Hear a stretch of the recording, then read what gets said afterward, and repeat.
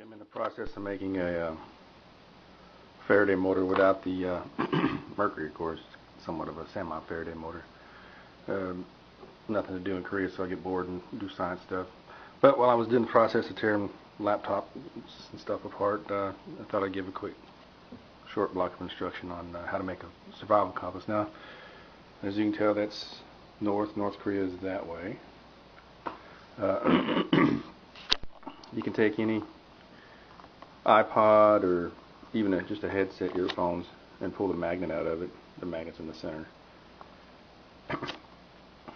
And whether it's a round magnet, let's see if I can sit down and do this like this.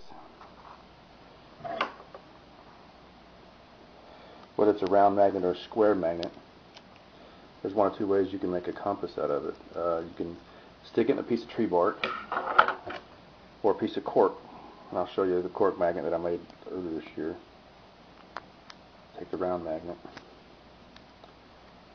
pry it out of the earpiece of this old headphone set that I got from the airlines they gave me. And this is a fancy piece of cork that I painted up. You know, it's got north, south, east, and west on it. But if you use a piece of cork, whatever side it floats up, whatever side, or a piece of bark, if you use a piece of tree bark, if it's a survival situation, you want to stick the edge facing up. You don't want to lay it flat. Stick it up so that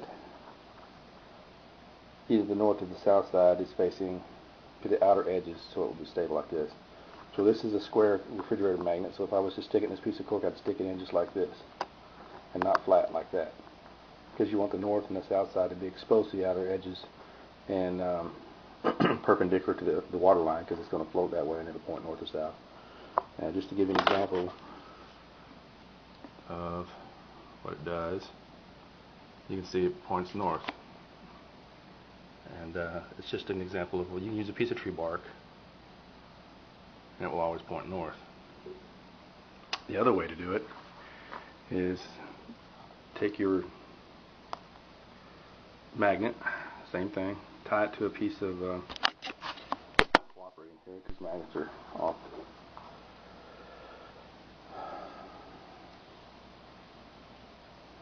Take the magnet out. If it's too small to like tie anything to, a piece of tape or a piece of thread work really well. And I use a bread tie there, and the stripped end points north, and I can spin it around like that, you see, and it will always come back to point north, as you can see by the compass as well. And then this is one I made out of a speaker magnet from a laptop that I tore apart. I was changing my hard drive, and as you can tell, I can give it a twist and it'll always point back to north.